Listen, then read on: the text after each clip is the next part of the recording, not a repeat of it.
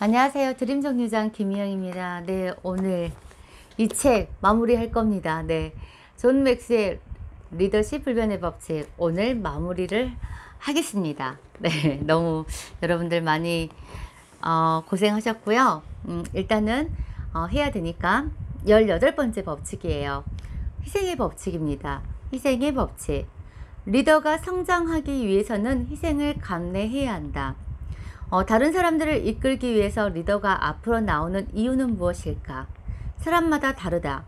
살기 위해서 나오는 사람들도 있고 돈을 벌기 위해서 나오는 사람들도 있고 많은 사람들은 기업이나 조직을 만들기 위해서 나오는 사람들도 있고 또 어떤 사람들은 세상을 변화시키기 위해서 나오는 사람들도 있어요. 네, 이런 것처럼 어떤 리더 역할은 다 다르기는 하지만 전체적인 틀에서는 희생을 감내해야지만 리더로서 성장할 수 있다고 합니다. 한 알의 밀알이 땅에 떨어져서 썩으면 여러 수 없는 밀알이 생겨나지만 한 알의 밀알이 땅에 떨어져서 썩지 않으면 그냥 그거는 한 알의 밀알일 뿐이래요.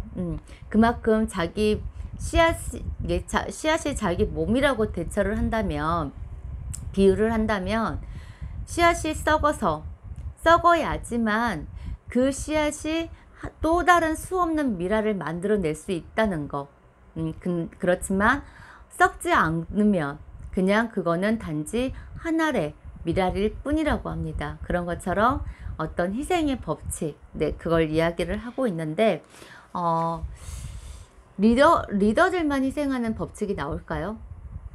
제 생각에는 이게 개인적인 문제도, 개인적인 우리가 살아가는 일에 있어서도 꼭 희생의 법칙은 따른다고 저는 생각을 해요. 그러니까 예를 들어서 내가 어떠한 꿈과 목표가 있는 개인적인 삶에서도 그 꿈을 이루기 위해서 그 시간들, 그 다음에 돈, 이런 것들을 투자하고 또 시간도 희생을 해야 되고, 네, 그런 것처럼 좋은 직장을 다니기 위해서 여러분들 대학교 4학년 그리고 뭐 대학원까지 뭐 이렇게 걸치잖아요. 그거는 시간을 투자하는 거고 또 돈도 들여야 되죠. 공부를 하려면. 근데 돈도 뭐 시간도 희생을 해야 되는 부분도 있고 또 좋은 부모가 되기 위해서 아이들에게 시간을 투자하는 것도 어떻게 보면 희생의 법칙에 맞는 것 같기도 하고, 또 스포츠계에서는 내가 어떠한 올림픽에 어떠한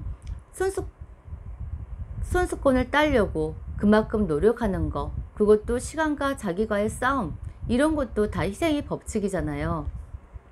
그런 것처럼 희생의 법칙은 꼭 리더에게만 해당되는 것은 아니라고 생각해요. 그렇지만 더더욱 리더라고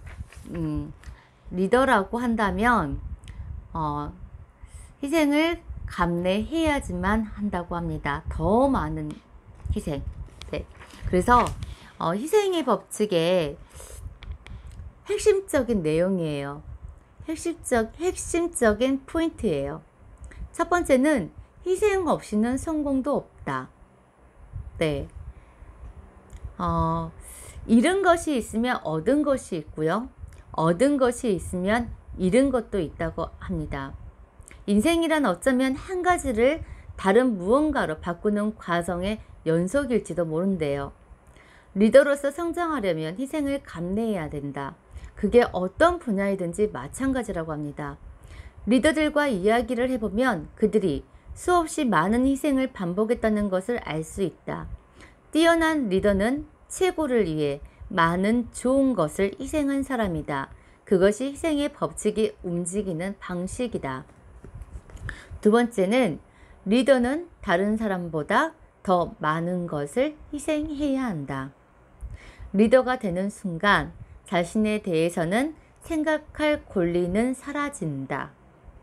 내 일신의 문제를 고민하지 않는다고 합니다. 네.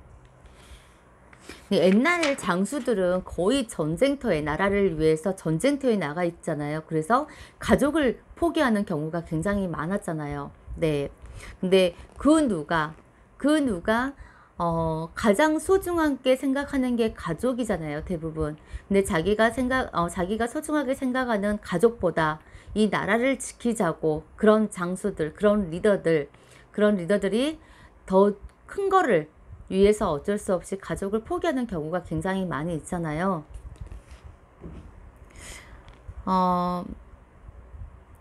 리더는 구성원들보다 더 많은 것을 기꺼이 포기해야 한다. 모든 리더에게 공통되는 것은 다른 일을 할 수 있는 기회의 상실이다. 그러나 사람마다 희생의 대상이 다를 수 있다. 어떤 리더는 취미생활을 희생한다. 많은 리더들이 개인 생활의 상당 부분을 희생한다. 킹과 같은 리더들은 심지어 자신의 목숨까지도 희생한다. 사람마다 상황은 다르지만 원칙은 변하지 않는다. 리더십은 희생이라는 것이다. 세 번째, 희생의 법칙의 핵심 포인트 세 번째, 리더로 머물려면 희생을 계속해야 된다. 리더로 머물려면 희생을 계속해야 된대요. 계속 쭉. 네. 희생은 일회성 지출이 아니라고 합니다. 계속해서 지불해야 하는 비용이라고 합니다.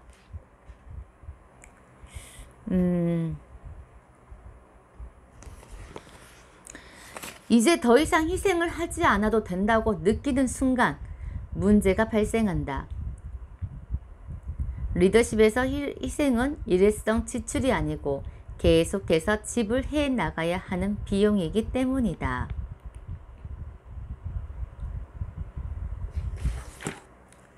네 번째예요. 리더의 위치가 높을수록 희생도 더 크다. 리더의 위치가 높을수록 희생도 더 크다. 리더로서 올라갈 수 있는 가장 높은 위치는 어디일까? 미국이라면 대통령이다.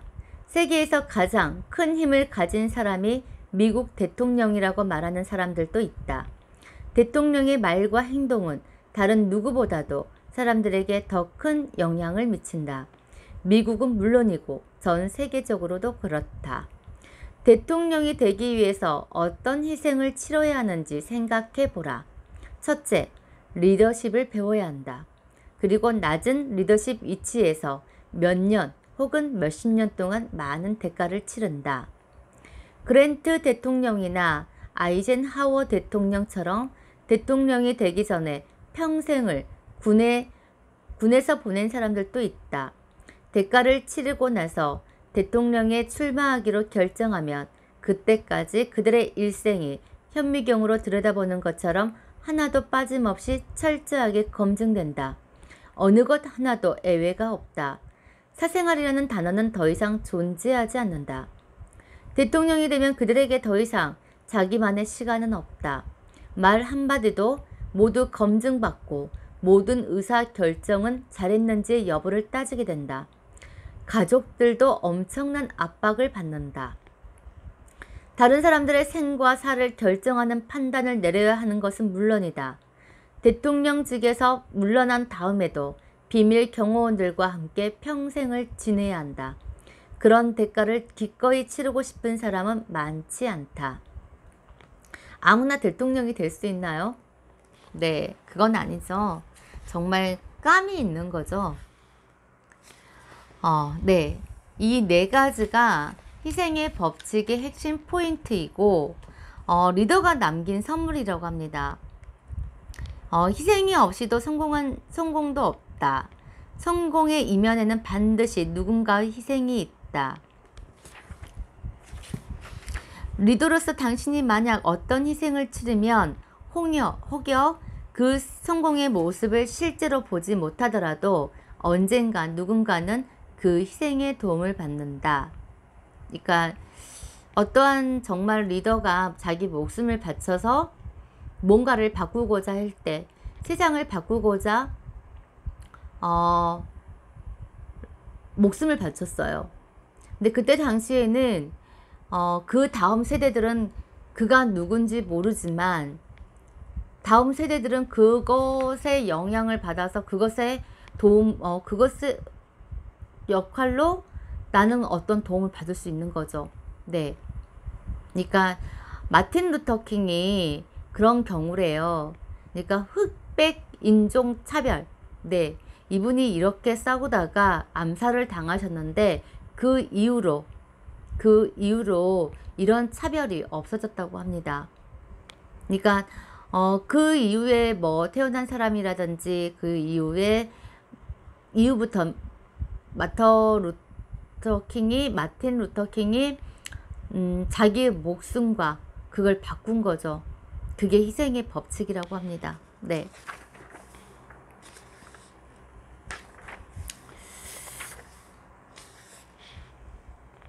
리더가 희생의 법칙을 이해하고 그 법칙에 따라 살면 성공은 가까이 있을 것이다. 네. 19번째예요. 타이밍의 법칙입니다. 타이밍의 법칙. 리더는 어떤 일을 해야 할 시기를 알아야 한다. 네. 시기.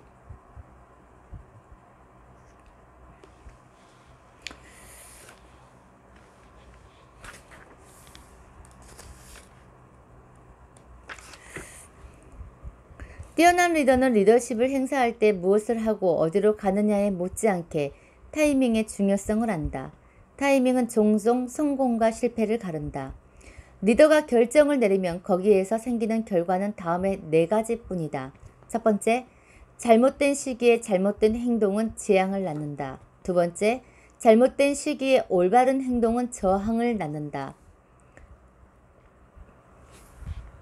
뛰어난 리더가 되려면 조직이나 팀의 방향에 대한 비전을 갖고 어떻게 그 비전을 달성할 수 있는지 아는 것만으로는 충분하지 않다. 잘못된 시기에 리더가 올바른 행동을 하면 어떤 결과가 벌어질까? 간단하다. 실패한다. 구성원들이 저항하기 때문이다. 뛰어난 리더들이 타이밍을 파악하기 위해서는 여러 가지 요소가 필요하다. 첫 번째는 이 이야기입니다. 리더는 상황을 정확하게 파악하고 있어야 한다. 성숙도. 리더의 동기가 올바르지 못하면 타이밍이 맞지 않는다. 자신감. 구성원은 자신이 해야 할 일을 알고 있는 리더를 따른다. 단호함. 우유부단한 리더는 우유부단한 구성원을 만든다. 경험.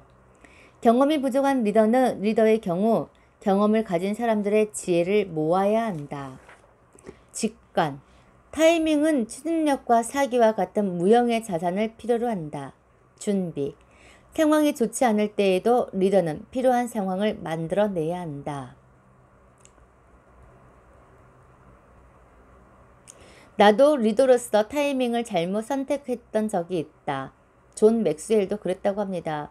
스카이라인 교회에 소그룹 활동을 도입하려고 했던 것이 가장 기억에 남는다. 교회에 도움이 되는 일이었는데도 크게 실패했다. 왜 그랬을까? 타이밍이 좋지 않았기 때문이다. 그 일을 진행하던 시기는 1980년대였는데 당시는 그런 경험을 한 리더들이 많지 않아서 사전 계획 없이 상황에 맞춰 일을 진행하고 있었다. 리더가 비록 사소한 일이라도 반복해서 잘못 판단을 하면 사람들은 그를 리더로 두는 것이 큰 실수라고 생각하기 시작한다고 합니다.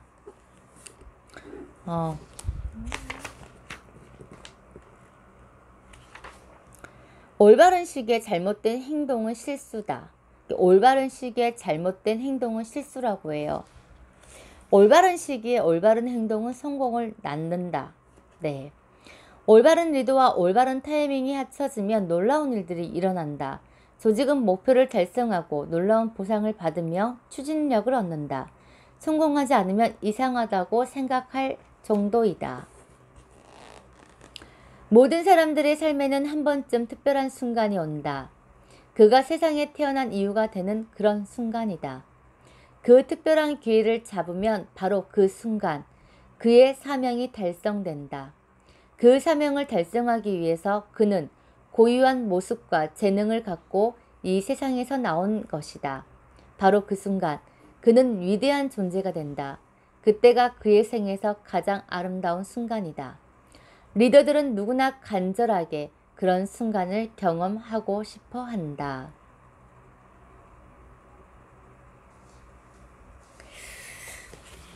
타이밍. 이게 상황을 읽고 해야 할 일은 무엇인지 아는 것만으로 성공을 보장할 수는 없다.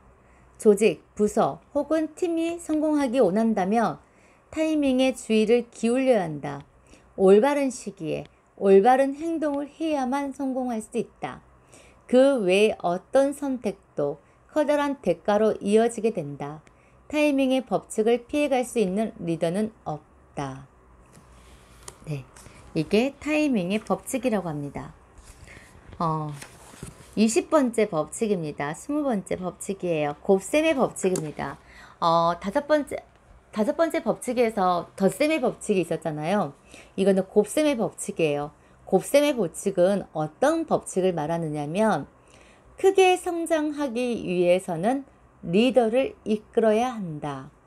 네.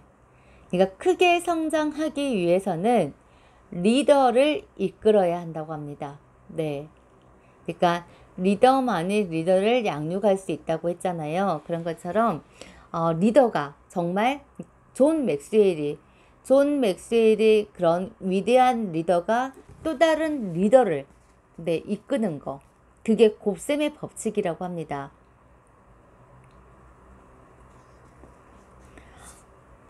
내가 예전에도 지금과 같이 리더십에 대해서 생각했던 것은 아니다. 리더십에 대한 신념과 리더를 양성하고자 하는 지금의 열정은 살아오면서 꾸준히 발전한 것이다. 학교를 마치고 처음 일을 시작했을 때 나는 다른 사람들에게 영향을 미치는 열쇠는 개인적인 성장에 있을 거라고 생각했다. 아버지는 나를 대단히 전략적으로 개발시켰다.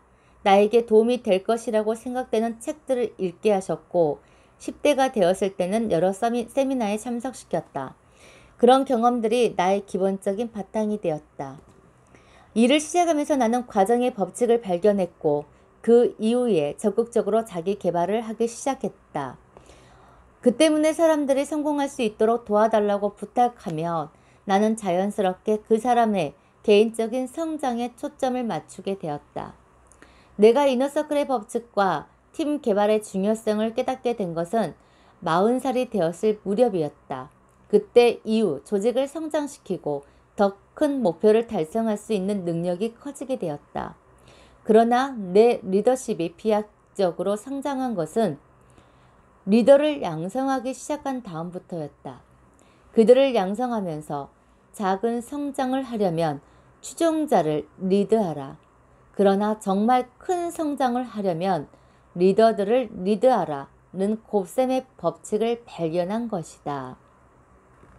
작은 성장을 원한다면 여러분들이 구성원, 추종자들을 리드하면 되고 더 큰 성장을 원한다면 리더들을 리드하면 된다고 합니다. 그게 곱셈의 법칙이래요. 네.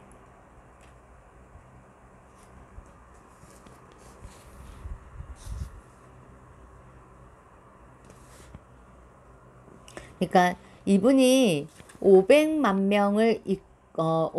명의 리더를 만들 수 있었던 이유. 네, 이게 바로 곱셈의 법칙에서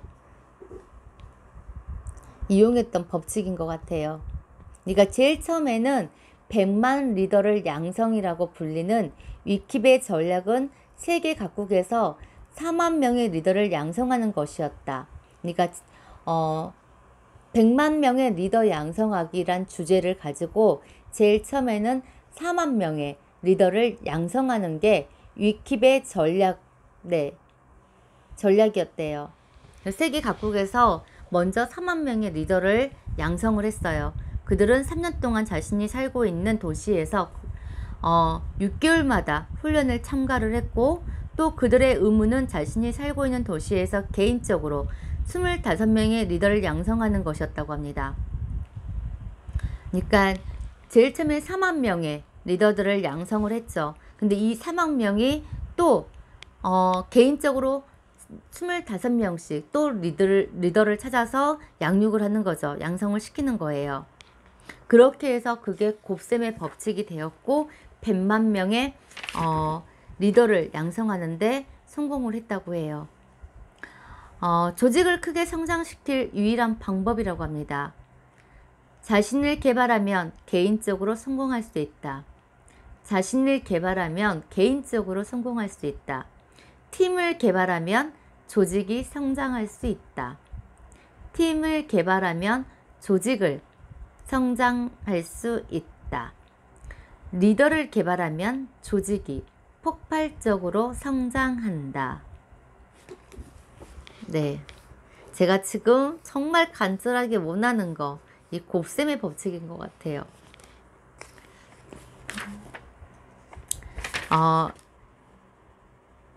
리더를 양성하는 리더가 되려면 단순히 구성원을 끌어들여서 이끄는 것만으로는 부족하다. 전혀 다른 관심과 태도가 필요하다. 요구되는 건 정신 자세가 다른 것이다. 여러분, 구성원을 이끄는 리더는요, 구성원, 그러니까 추종자, 사람들이 자신을 필요로 하기를 원한다고 합니다. 그러니까 구성원들, 리더가 아닌 그냥 추종자들, 내 구성원들을 이끄는 리더는 사람들이, 그 구성원들이 나를 필요로 하기를 원한대요. 나만. 근데 리더를 이끄는 리더는 다른 리더가 자신을 승계하기를 원한다고 합니다. 이게 고난이임의 법칙이라고 했잖아요. 다른 리더가, 내가 양성한 리더가 또 다른 리더를 승계하기를 원한다는 거. 네. 그리고 구성원을 이끄는 리더는요, 하위 20% 사람을 개발한다고 합니다. 어제 파레토의 법칙 기억하세요? 네. 구성원을 이끄는 리더는 하위 20% 사람을 개발한다. 그렇지만 리더를 이끄는 리더는 상위 20%의 사람을 개발한다고 합니다. 구성원을 이끄는 리더는요, 약점에 집중한다고 합니다.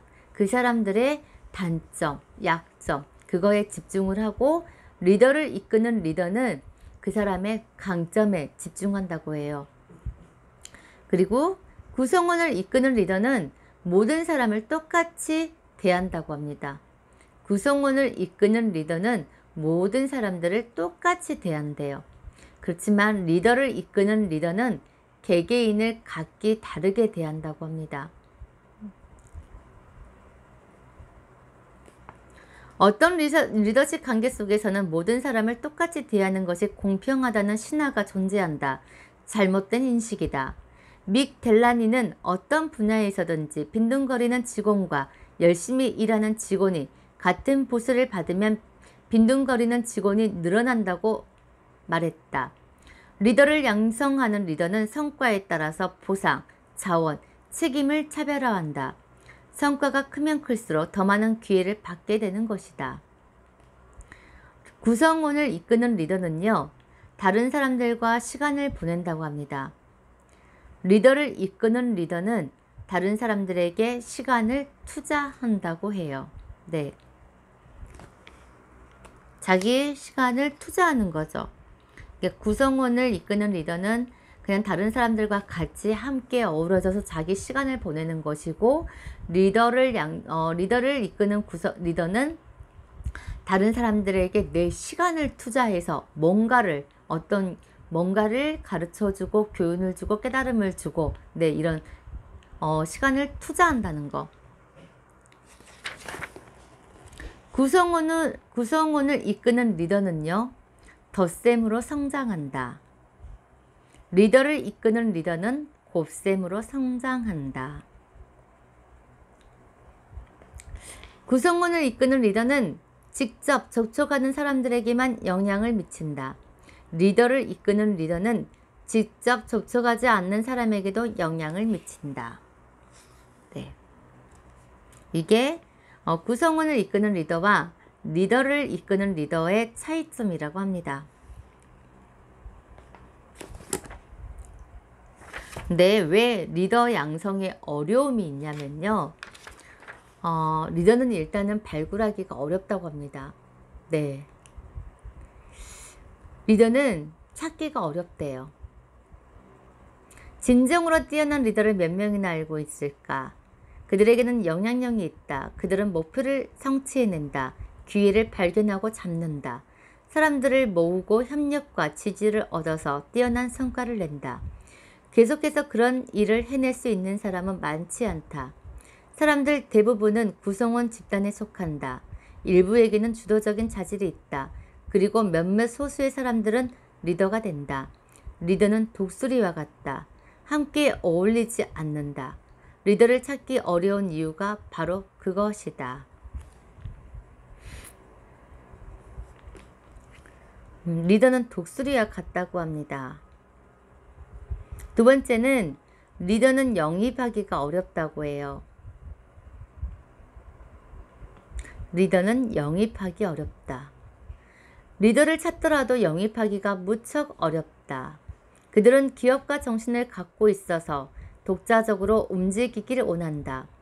채용하려고 하면 전체 조직이 어디로 가고 어떤 계획을 갖고 있고 누구와 함께 가는지 그리고 그 사람들이 제대로 된 사람들인지 알고 싶어 한다. 우리가 하고자 하는 일이 그들이 이미 하고 있는 일보다 더 매력적이어야 한다. 그러니까 리더를 발굴하기도 어렵고 영입하기도 어렵고 리더는 지키기도 어렵다고 합니다. 이게 뛰어난 리더들은 찾기도 영입하기도 어렵지만 지키는 것은 더욱 어렵다고 합니다. 리더를 리더할 수 있는 유일한 방법은 자신이 그들보다 더 뛰어난 리더가 되는 것이다. 꾸준히 성장해서 자신이 리드하고 있는 사람들보다 더 앞에 있으면 그들에게 계속해서 가치를 제공해 줄 수 있다. 오직 리더만이 다른 리더를 양성할 수 있기 때문이다. 이게 가장 무서운 거라고 합니다. 리더만이 리더를 양성할 수 있다. 큰 그릇에 작은 그릇에 큰 그릇이 포개지지 않잖아요. 그러니까 저번에 그 영향력의 법칙에서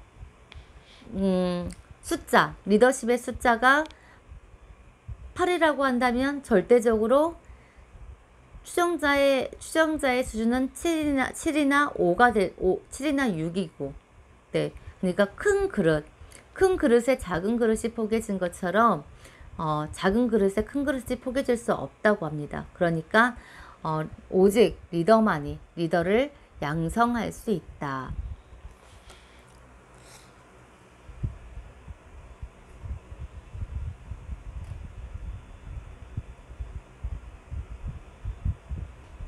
그래서 본인 스스로가 정말 리더라고 한다면 자기 수준을 끊임없이 성장시켜야 되겠죠.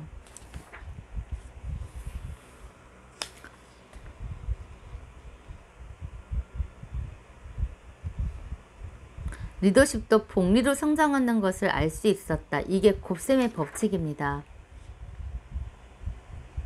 리더를 양성하는 리더는 조직에서 놀라운 곱셈 효과를 경험한다. 그것은 자원을 증가시키고 비용을 절감하며 이익률을 높이고 시스템을 개선하여 품질 절차를 시행하는 등 다른 그 어떤 방법으로도 달성할 수 없는 것을 해낼 수 있다. 폭발적인 성장을 달성하는 유일한 방법은 수학을 하되 리더의 수학을 하는 것이다. 그것이 곱셈의 법칙이 가진 놀라운 힘이다. 네, 곱셈의 법칙.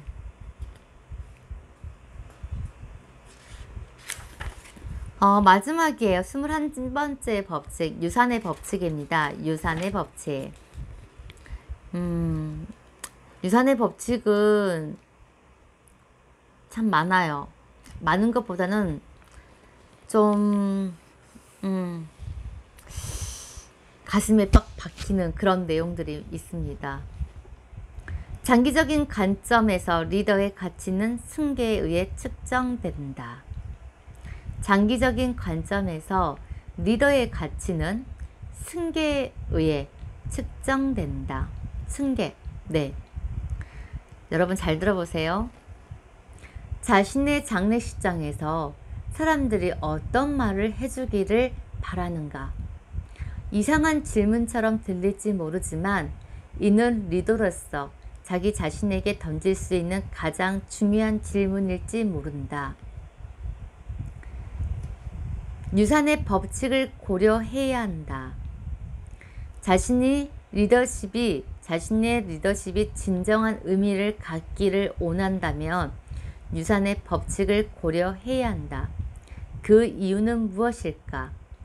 장기적인, 멀리 보는 관점에서 보면은 리더의 가치, 그 가치는 승계에 의해 결정되기 때문이다.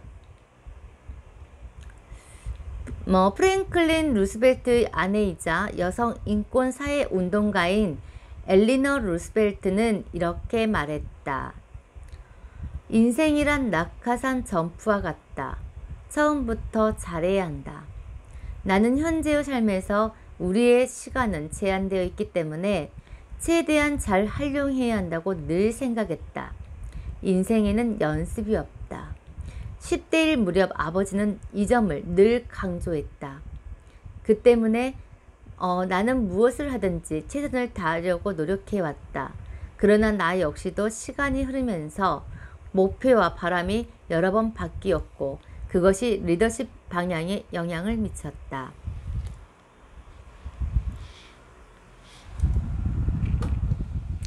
존 맥스웰은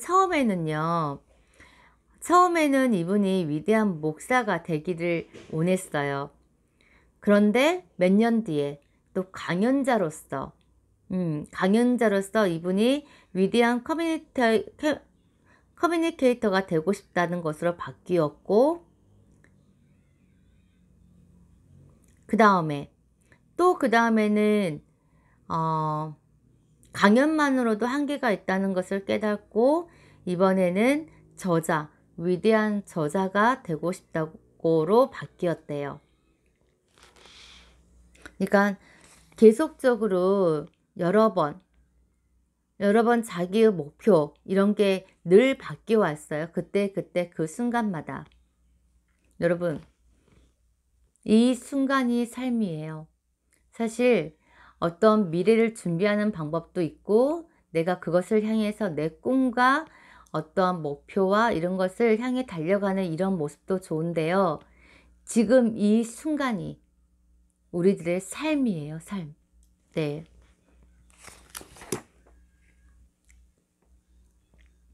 그리고 이분이 위대한 저자가 되고 싶다는 걸로 바뀌었다가 다시 위대한 리더가 되고 싶다는 걸로 인생의 선언이 바뀌었다고 합니다.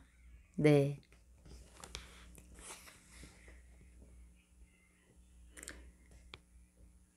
리더십 유산을 남기기를 원한다면 사람들은 누구나 유산을 남긴다. 긍정적인 유산을 남기는 사람도 있고 부정적인 유산을 남기는 사람도 있다.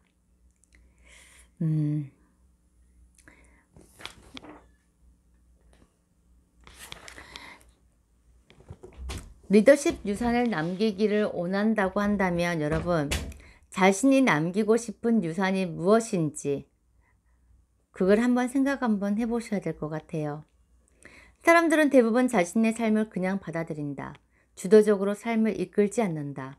우리는 삶의 방식을 주도적으로 이끌어 나가야 한다. 리더는 더더욱 그래야 한다.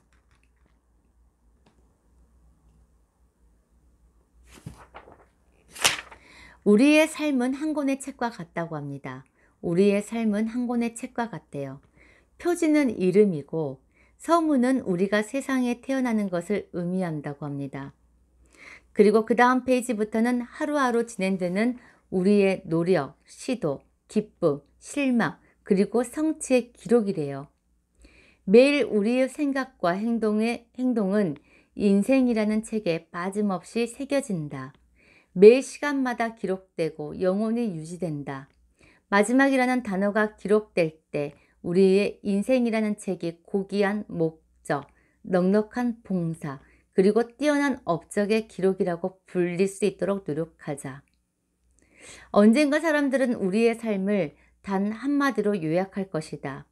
그에 대해 내가 줄 수 있는 충고는 이것이다. 지금 당장 당신이 그 단어를 선택하라.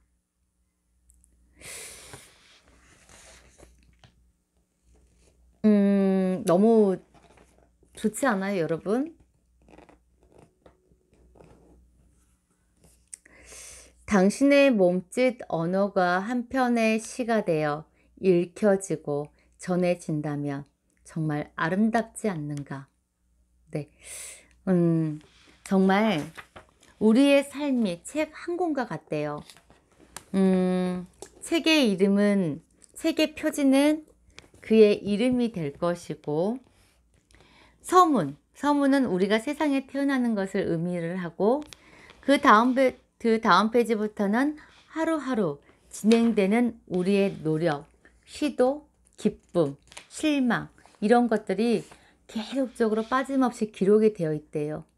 그리고 나서 우리가 마지막으로 이 생을 다할 때 이 책 한 권이 완성이 돼요. 그리고 누군가에게 읽혀지고, 그래서 이 읽혀진 누군가는 읽고 또 그 책으로 인해서 정말 또 다른 사람의 삶이 변화하고, 너무 멋진 것 같아요. 너무 멋진 것 같아요. 제가 저의 꿈 중에 하나가 마지막 꿈인데요. 65살 때, 70살 때, 65에서 70살 때, 그때 제 인생 스토리를 영화로 찍고 싶거든요. 영화로. 네. 그러니까 예전에 노무현 대통령에 대한 그런 영화가 제작된 게 있었어요. 그분의 일생을 다룬 영화였거든요. 이게 저도 몰랐던 이런 정치 부분도 있었고, 그분의 개인적인 삶도 있었고, 그러면서 저도 정말 그분이 위대한 리더라고 그렇게 받아들이고, 더 많은 것을, 그분도 많은 것을 희생하셨잖아요. 그러니까 리더의 법칙에서 그분 같은 경우도 많은 것, 21가지 법칙에 많이 적용됐던 것 같아요. 지금 영화가 대강 제가 사실 뭐 정치라든지 이런 분야에는 관심이 없어서 그냥 그 순간만 제가 기억이 나진 않아요. 그냥 그 순간에만 너무 감동적으로 봤다라는 것 외에는 어떤 내용이라든지 이런 게 생각나지는 않지만, 그 순간에는 굉장히 그분이 위대한 리더라고 느껴졌었거든요. 근데 저의 일생도, 그 영화를 보고 나서 저의 일생도 그렇게 살아야 되겠다. 그래서 많은 사람들에게 이거를 영화로 찍어서 많은 사람들에게 어떠한 꿈과 희망을 줄 수 있는, 네, 그런 꿈을 가지고 있어요. 네. 그래서 만약에 내 인생 자체가 영화 스토리로, 한 편의 영화 스토리로 이어진다고 한다면, 저는 반드시 여러 가지 정말 내가 시도했던 것들, 그리고 거기에 대한 결과들, 그리고 나의 여러 가지 변화하는 것들, 이게 한 가지만 고집을 하게 된다고 한다면 너무 밋밋하잖아요. 어떤 내용이 없다고 한다면, 그런다고 한다면 정말 많은 것들을 제공할 수 있는 이런 자료들, 나의 삶의 자료들을 제가 그렇게 만들어야 되잖아요. 그렇기 때문에 그렇게 만들어 가기 위해서 하루하루를 정말 정직하게 살아가려고 애를 쓰고 있어요. 네. 근데 여기에는 지금 책으로 표현을 했거든요. 너무 멋진 것 같아요, 이거. 두 번째는 자신이 남기고 싶은 유산처럼 살아라. 여기 나오네요. 리더로서 신뢰를 쌓고 싶다면 말과 행동이 일치해야 한다. 내가 남기고 싶은 유산은 리더들에게 영향을 미쳐서 그들의 가치를 높이는 것이기 때문에 나는 지금까지 대부분의 관심을 리더들에게 쏟았고 대단히 의식적으로 그들을 이끌어왔다. 유산을 남기고 싶다면 먼저 그 유산처럼 살아야 한다. 다른 사람에게 보고 싶은 모습이 있다면 자신이 먼저 그 모습을 가진 사람이 되어야 한다. 세 번째는 자신의 유산을 승계할 사람을 선택한다. 승계는 리더가 가장 중요한 책임 중 하나라고 합니다. 승계. 그러나 우리가 사라진 후 계속 살아 숨쉬는 것은 오직 사람뿐이다. 다시 처음부터 읽을게요. 유산의 법칙을 실천하는 리더는 거의 없는 것 같다.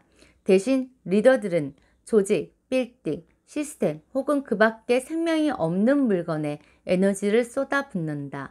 그러나 우리가 사라진 후 계속 살아 숨쉬는 것은 오로지 사람뿐이다. 다른 것들은 모두 사라져 버린다.